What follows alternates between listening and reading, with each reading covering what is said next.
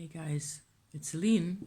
It's Monday, the 17th of April 23. This actually just contains hot water, which is very important to me, as I may have mentioned before. I've noticed recently, especially, that if I have a very full day with lots of activities, and I would normally, like 5 or 10 years ago, before I started drinking hot water, right? I would, at the end of the day, I would be so fuzzy in my head and so generally exhausted and knackered that I wouldn't be able to, I would just have to quit whatever it was I was doing. I would get really cranky, which you do not want in your life, me being in a bad mood, because God no. I have to deal with that myself sometimes, like we all do. I am just a human person, But drinking hot water over the whole of the week, every day. This is my second mug. I'm probably not going to finish it. I don't drink everything at the same temperature, like in one go. I just make sure I have some hot water in the morning and some in the evening. So that's it, really. But it has really helped me enormously to feel less tired, to feel a lot less like the toxins are building up in my body, which used to happen, with exertion, whether it was physical or mental or both, I used to always, after a couple of hours, I would just get really clogged up and exhausted from that and not have my best mojo on, and this helps with my mojo. So hence the witchy brew. It is hot water, believe it or not. This is coffee, my second small helping of coffee, because I'm not really super awake. However, I'm going to have a little attempt at talking about asteroids in astrology. Okay? Yeah. So if you don't have a drinky at this particular point, you should maybe go get one. I don't know how long I'm going to be here for. I just have a couple of points that I want to talk about concerning this whole asteroid deal, because as you know, of course, a birth chart has your moon, it has your sun, Venus, Jupiter, there are lots of them. What comes out of a basic birth chart, houses, there's already a lot of material there to work on, and I have often recently also found that it just took me it just took like seeing one or two details, a particular conjunction in somebody's chart, to suddenly understand that person and my relationships to them, or them to me, for that matter, a whole lot better all of a sudden. You do not need asteroids, okay? Asteroids are small planets, but they're getting way popular in astrology these days. And there's a whole dimension that I think only asteroids really address way more, or way different, and in way more powerful ways than a normal birth chart really does. Even in relationships, even in combinations of charts with other people, where of course astrology is still completely useful. I have found that especially in longer term relationships, so when you have like me and my husband, for example, we've been together for 36 years. That is a long time, okay? And we've had to deal with each other in so many ways and in so many, very persistent patterns that by now, I mean, I know both our birth charts really well. I've worked on those as they were with just the Jupiter and the moon and all that stuff, For years, I have just used those charts. I discovered at some point that the black moon, so the lunar apogee position in the birth chart, could actually be really helpful as well. That was basically my first step, I think, on the path of trying to figure out how to use astrology in a way that really gives me healing. Us, my husband and I talk about this stuff all the time.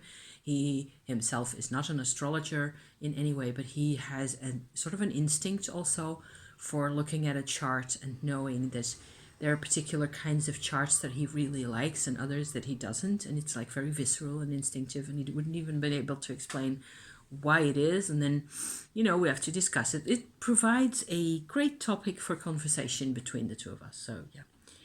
But the black moon itself is, like, in my interpretation, it is a great point of personal sensitivity in a person's chart. So, for example, my own black moon position, you can go to different places in the internet to have that calculated for you if you need that. Or you can, read up on the different meanings and the different interpretations and uses of the black moon Lilith as it is used.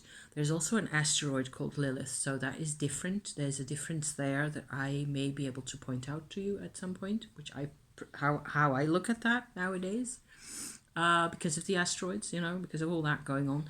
I've sort of had to reevaluate is the word, my take also on the black moon Lilith versus the there's all sorts of views and ideas about that, and you have to work with what works for you, okay, as always. I would say it's a point of great personal sensitivity. The black moon, the lunar apogee position, that is, gives us a real, especially in synastry again with another person, so in relationships and in the longer term, there will be ways where people are affected by mutual, working on things that affect the lunar apogee position in their chart. I'm holding a big ass carnelian here because it helps me focus today, that's why the waving. It really has to do with feeling very exposed and very vulnerable often. And it is, as it were, your most sensitive point in your chart, I think, the black moon. So for me, it's in Pisces, in the middle, somewhere between 14 and 20 degrees of Pisces. If a person has whichever one of a planet there, or for example, their ascendant there, I'm going to be in trouble with that person, always.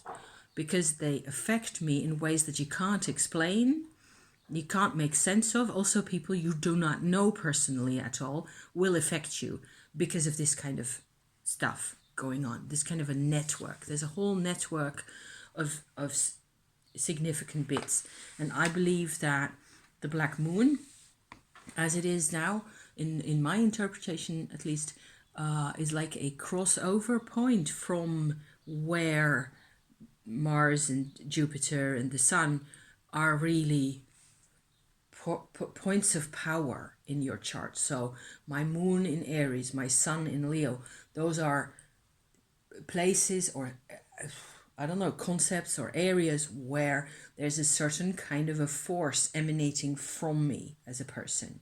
Okay, so it's very active. That kind of astrology is very active.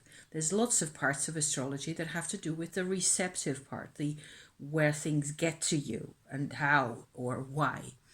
And for me, the black moon was the first kind of a point where I had to sort of 180 my whole perception of astrology as such, from basically having a set of sources of different types of power with conjunctions, with them being in a particular sign, with them being in a particular house, with them relating to things in other people's charts in synastry and all that kind of stuff.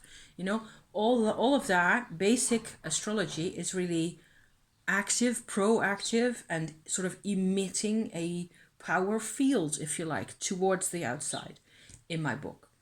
Whereas with the black moon, you sort of cross over to the other side, which is the receptive side, and the side where they actually can get to you, whether you like it or not, So yeah. So asteroids, I've forgotten to actually check. I believe there are 26,150. And crazy number like that of small planets, asteroids and small planets. that are actually numbered and in use as we speak. And I am not sure of that number, but it's over 20,000. It's a crazy number. And there's a number of asteroids that are already available for your regular astrological reading or chart making that you can look up really easily, or that even show up on Astro Theme, for example. They show you from the get-go. If you just type in a particular date, you will get, I believe, Pallas and Juno and Vesta and Ceres and Chiron. I think those 5 are the go-to symbolic asteroids that people will share and reference right away. So personally, I have looked at those and I've sort of tried to interpret those, and I never got very far. So Ceres is like Demeter in another mythology, is a mother goddess type mythology, a myth, a figure out of mythology. That is really an earth goddess and a goddess of abundance and fertility and those kinds of things. And it makes sense. It makes perfect sense. And Pallas Athena would be more your, the mindset that we have. It's a mind type goddess, a kind of an intellectual endeavor type description that you get from that, and so on and so forth. So these, and of course, Chiron. Chiron is actually the one that I was most interested in, that I've also always had a really hard time dealing with or figuring out what he really is about, because, maybe really because my Chiron is very close to my black moon position. So the wounded healer archetype that Chiron represents and the black moon sensitivity lunar apogee thing that I described just now are so close together that I am not sure whether it is the one or the other that I am experiencing or that I am trying to talk about. And I don't think necessarily that they are points of sensitivity like the black moon position is in my book. Okay, I'm just sharing my own views on this kind of stuff. I believe the lunar apogee, so the furthest from the Earth position of the lunar orbit around the Earth as you go through your life, your days and your years, that shifts around. And when a person is born, the furthest position of the lunar orbit is actually at a particular area. It tends to be a couple of degrees depending on your calculation. It tends to be a bit more on this side or a bit more on the other side, depending on how you do it. But it is like that actually has a feeling to it. The actual distant place where the moon is at, it is like when the moon is actually crossing that point, so on its orbit, actually sitting for a little while on that, will always be a couple hours, at least, that the moon will actually be in that position. Something is happening to us, to our bodies, to our metabolism, something is going on. I can't really say what it is. I haven't really studied it that particularly. Also because, asteroids is what I was going on about, at the moment. And that is really very much more about mythology and about stories. And I found it super interesting how it connects to relationships and how you can sort of use groups of asteroids to describe a recurring pattern. I have a lot of patterns with my husband using these asteroids. I just get a lot of really striking patterns. I don't necessarily get that kind of stuff with my black moon. I hope it still makes sense. The black moon is a separate kind of an entity, and it has a sensitivity to it that the asteroids don't necessarily have. In my book is what I'm trying to say here. So that's why I was trying to sort of describe both to some extent. So, it's like this. This is the black moon and these are the asteroids, and it's not the same thing at all. It's like a whole different approach. So if you go into this astro.com, my go-to place for this kind of thing, to look up any asteroids, I mean, other than the main ones like Pallas, Athena, and Ceres, and Chiron, and so on, you're confronted with this mass of 26,000, or however many it is at the moment, 23,000, I don't know. I will put the number down in the description, okay? Because I can't stand not knowing exactly how many asteroids there are today. But they get added in and it's just completely nuts. So that is way too much to deal with, okay? You cannot deal with that many. Also, a great many, like I don't know, 3/4 at the very least, 4/5 probably, of all this number of asteroids out there really is like a name of a person. So there's no mythology attached to that at all, unless it just so happens, and that can happen actually, that you are particularly connected to an Emily kind of that is either your name or whatever, then I would certainly always try to find asteroids that are called Emily as well. There are Emily McDonald's and Emily McDuff's and whatever, dozens of different types. And I'm not even sure there is actually an Emily McDonald. That's just a name I got in my brain right now. There's hundreds of asteroids that have a name of an actual person.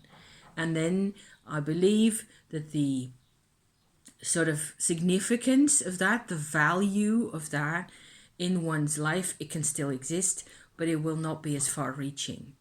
So whereas with Ceres, the mother goddess, it is easier to sort of say universal things about this is my connection to motherhood, this is my connection to abundance, this is why blah, blah, blah. Mythology and story support us then in that kind of a context. Whereas I don't have that kind of a vibe with Emily McDonald, as it doesn't mean anything to me. So that is your first real selection that you have to, I have several, my name is Eileen, okay? There's a couple of Eileen kinds of asteroids in different versions in there, and I've plotted some of those out in some of my charts, and it sometimes was funny, where it would be on the spot where my parents had a particular kind of a planetary position, for example, and I can make that mean something. That's my choice, really.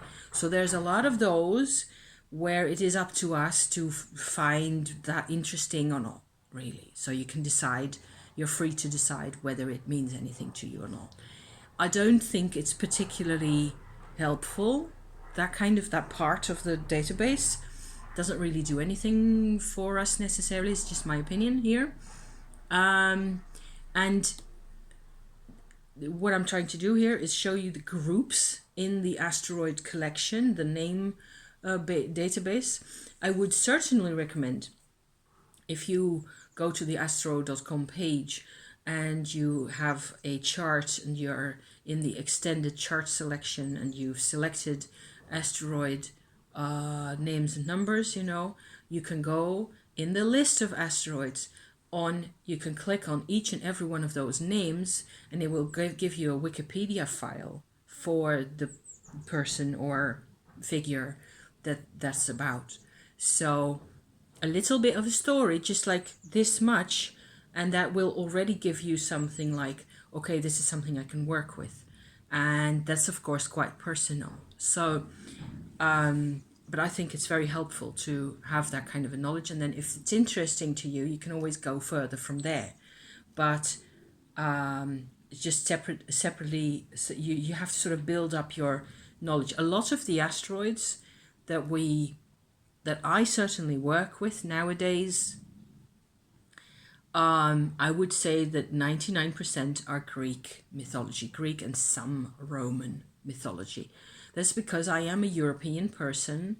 This kind of stuff, Narcissus and Pythia and Delphi and whatever else can I mention here? Dionysus and Daedalus and Icarus, those are characters I've heard about. enough times. So if I don't remember exactly at some point what it was, like last week, for example, I was lost on Daedalus as a character, I just have to type him in and I find my information. I know where to go, or I know what it is that I need to research in order to get, I have a lot of a frame of reference in my brain already. So Adonis, and there's a whole bunch. What I'm trying to point out here is that there's a whole bunch of these Greek figures, okay, like Pythia, like Narcissus, like Orpheus and Eurydice, for example, Medusa, okay, those are all asteroids, and that you can group them in such a way, and this is basically the gist of my story that I came to talk to you about today. You can group them in, and it will be a bit personal, which affects you more, or which story you connect to most of all, and you go from there. But you can make groups that are sort of the dark side of the psyche, that are a path to healing from the dark side, and or that have to do a lot with vulnerability. So if those, it's like three things that are really close connected, really closely intertwined, really. Our vulnerability often is a way of finding healing. It's what compels us basically to find or to search for healing, right? And there are dark sides to our personality, like, for example, Medusa is a good example of that, where that story of Medusa can actually tell us something about a part of ourselves, about a dark, either an inner child kind of an aspect to our psyches, or just an inner shadow, kind of a side to humanity. And that's what the function of those stories used to be for. Those stories were told to. That's the charm and the appeal, I think, of those stories, is that they don't only look on the bright side of things. And I personally love it. I'm nuts about this. So what I have done, okay, long story short, is I have plotted, I think it is over 50 asteroids by now, on my husband and my birth charts. And this is what that looks like. So I've done this by hand, okay? I still think this is the most useful way to work with asteroids, and to sort of extricate from this whole mess of information something that you can actually chew on and sit with and work with. And I recommend going through the lists, and it's the lower numbers, okay, under 1,000 often, that have in the asteroid numbers in the catalog. The lower numbers are those that go back to Greek mythology. So over 10, and then from 10 onwards, probably something like that, where you will find all these detailed stories. And Daedalus and Icarus, for example. Daedalus was the maze maker. He built the maze for King Minos, in that the Minotaur, the Greek half man, half bull figure, was imprisoned in. There's a whole stuff going on there. And then they had to escape. Daedalus and his son Icarus had to escape. And Daedalus made, you will know this story as well as I do, he made a pair of wings for the both of them, from swan's feathers and beeswax. So I'm kind of into this whole thing, okay? He made the wings, but Icarus, as he was flying with those wings and he was getting all excited, he flew too close to the sun, and the beeswax in the wings melted and he fell into the sea. So there's a whole symbology going on there. If this is your kind of a jam, I just hope that you find this interesting. I personally can plot both of those figures in my and my husband's charts, and I put them all together in this big thing here. I made a circle by hand, because on astro.com you have to pick and choose up to 10 asteroids, and you can't have any more than that at one time. You have to choose. So you have to go through the files and sort of select a dozen or so, less than a dozen, 10 of them, that you're interested in knowing more about or knowing the position of in your chart that you're working on, or your birth chart, and then print that out and do a couple of those up until the point where you go like, okay, so I can see what I've got now. I sort of get used to the idea of having all these extra bits in my chart. But then, as a sort of a later level development of that kind of an approach, you have to still decide, okay, so what does it exactly mean for me that Apollo is an asteroid, that it stands right there? And especially, what does it mean between my husband and I, for example? So the fact that there is a conjunction, and you have to use really small, distances between the things, because that's the rule for asteroids. There's a Dionysus, the god of, partying and wine and all that, a celebration god, Dionysus, and there is a god Apollo. My husband's Dionysus is on my Apollo position. I can make that mean something. It is quite subtle and it's quite small, and it is only one example. There's Icarus and Tantalus and Sisyphus are two asteroid figures, two mythological figures that I personally feel are the most interesting and the most easily sort of mentally accessible in this whole kind of a spiel, where Tantalus has to do with whatever seduces us and sort of keeps tempting us out of ourselves and makes us kind of powerless in the face of temptation. Tantalus is that one. And Sisyphus is the one that has to do with endless work, the never-ending workload. So the things that we just keep dragging with ourselves.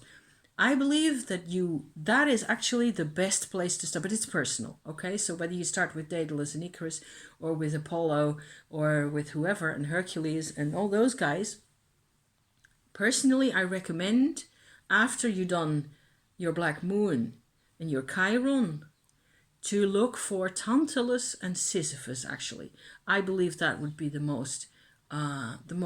coolest way, because those are really sore points in our lives. The point where we seem to find things irresistible that are not so good for us sometimes, or that we blame ourselves for not being able to resist. That kind of a jam, And Sisyphus then is about, why does it never end, this workload? Why am I always trudging along this road with this load on my back? And it is like an enormous burden. So there's a lot of interpretation, depending on what kind of life you have, that comes from these. And my putting by hand all my own asteroids, and I've done this in like 4 or 5 sessions, each time going into new territory, new myths. Somebody mentions a name and I go like, hey, wait a minute, that's another asteroid. And I look it up. I can just look it up on my phone very easily, because I got an account at my at astro.com, and I can just immediately find the position and plot it in my, and then that is when, after a couple of sessions like that, you get to see the patterns emerging really from, things that are sitting very close to my Black Moon, for example, very close to my husband's Black Moon.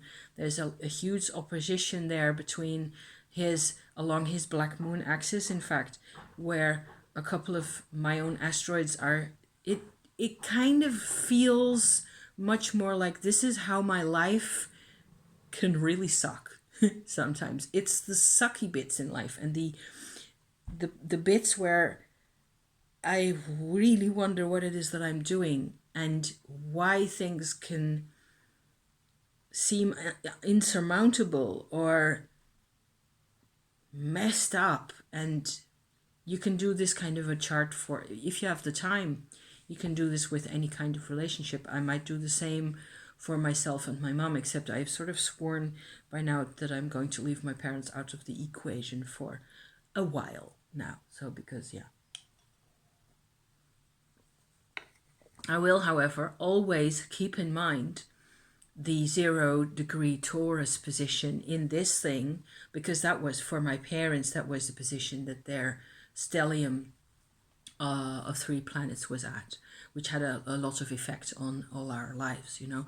So if I do my own chart or my husband's chart like this, there's that position is always going to sort of highlight in my brain. And I was interested that I actually have a Hercules asteroid sitting at 2 degrees Taurus, which is quite close to, you know, to that stellium of theirs, and to my mum's sun position at like 1 degree or so, maybe just under 1 degree of Taurus. So on the other hand, there's my husband has 3 asteroids sitting quite close to that as well, and it just creates a story. So I'm not using only Greek names or Roman names. I also have a couple of Indian culture names here because of my Tumo practice and all that kind of stuff.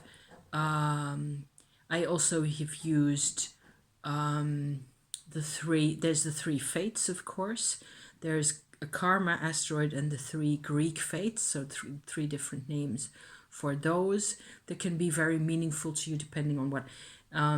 There's like the main fate goddess, spinster kind of a figure who's called Lachesis, where that asteroid is conjuncting my husband's north node. So his asteroid is conjuncting his north node as well. And it is conjuncting an asteroid that is called Demeter in my chart at 24 degrees Virgo. And I somehow feel that's kind of really cool right there. The fates, there's a couple of fates from Norse culture as well, but they're not the same as, that's why it's interesting, you know. You have 3 Greek fates, and there's 3 like time goddesses, actually, the Norns from Norse mythology, and they're not exactly the same. There are 3 characters, and there's sort of a very tempting to look at them as a triple goddess, kind of a beginning, middle, and end, and that kind of thing, you know. So yeah, so I hope this was interesting to watch or to listen to. I could go into a lot more detail. Personally, I felt it to be most helpful to sort of do the thing first with the chart and mull it over and sit with it a couple of days or weeks. I think this has been 10 days working to get this whole chart completed like this. And then I sort of start regrouping everything that has to do with romantic aspects to our relationship, you know, sexuality, eroticism, sensuality, physical closeness, physical vulnerability, intimacy, that whole thing. There's a whole group of asteroids that has to do with that, you know, that is really connected to that. And with me and my husband, that is sometimes quite an issue. So, of course, because humans, you know, humans don't always do what is expected of them. So, yeah. So, but there's healing asteroids as well, a lot of them, and often it looks like this. It's about a larger pattern, really. So, where in our own lives we tend to have, oh my God, I have this issue, you know, recurring issue it's like the problem is more or less the size of our own heads with just 1 inch on either side over, and all you get is this much wiggle room, if that makes any sense.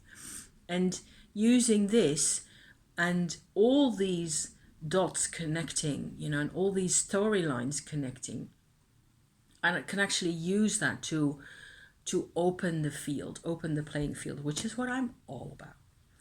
So Tantalus and Ceres in the same position. I mean, you can't make this stuff up.